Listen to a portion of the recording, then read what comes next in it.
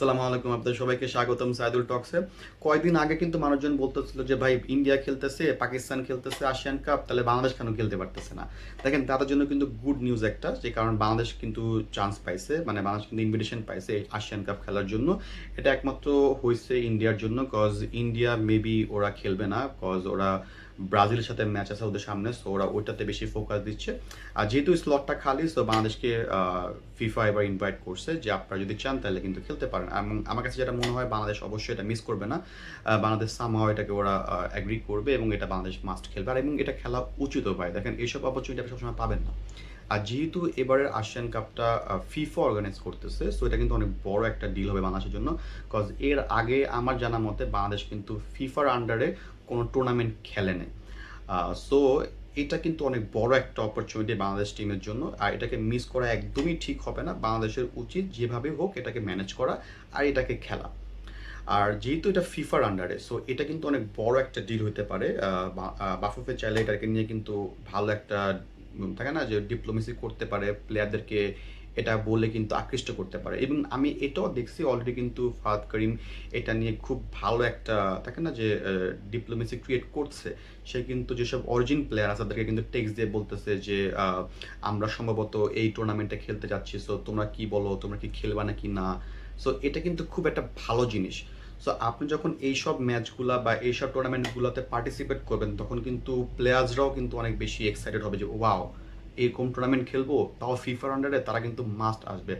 আর আমার জানার মতে ফাহাদ করিম মেবি সম্ভবত উনি আপনার লুই ওয়াটসনকেও টেক্সট করছে যে আপনার তো জন্ম নিবন্ধন হয়ে গেছে, আপনি কিন্তু চাইলে, আমরা কিন্তু এরকম টুর্নামেন্ট খেলতেছি, so if you are interested তাহলে কিন্তু আপনি চাইলে এখানে খেলতে পারেন। সো আপনার থট কি, আপনি আমাদেরকে জানান। সো এটা কিন্তু একটা ভালো জিনিস। দেখেন, আপনি যখন এখানে খেলবেন, আপনি যখন এইসব প্লেয়ারদেরকে বলবেন যে হ্যাঁ আপনি আপনি যদি চান তাহলে খেলতে পারেন, তারা কিন্তু তারাও এক্সাইটেড হয়ে যাবে যে ওকে ফাইন, ফিফার আন্ডারে খেলবো, ন্যাশনাল টিমে খেলবো।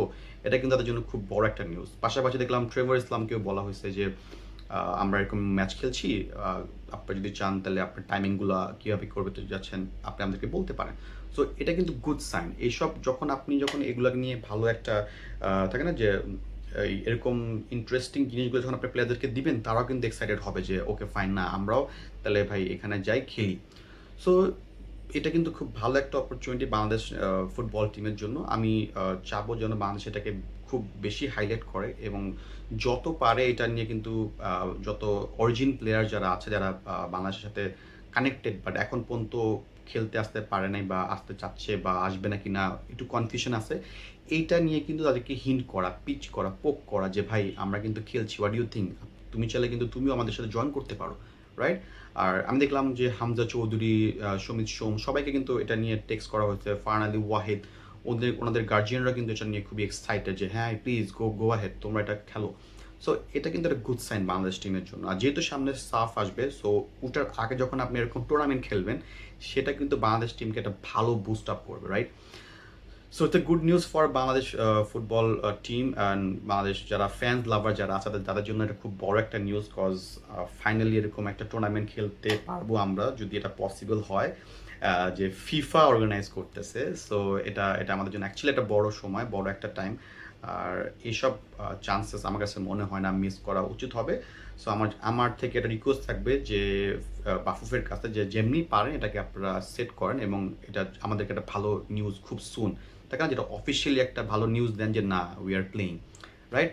সো আপনাদের কাছে কেমন লাগতেছে আমার কমেন্ট বক্সে আপনারা জানাবেন। আর যদি ভিডিওটা ভালো লেগে থাকে তাহলে অবশ্যই লাইক এবং সাবস্ক্রাইব করে দেবেন।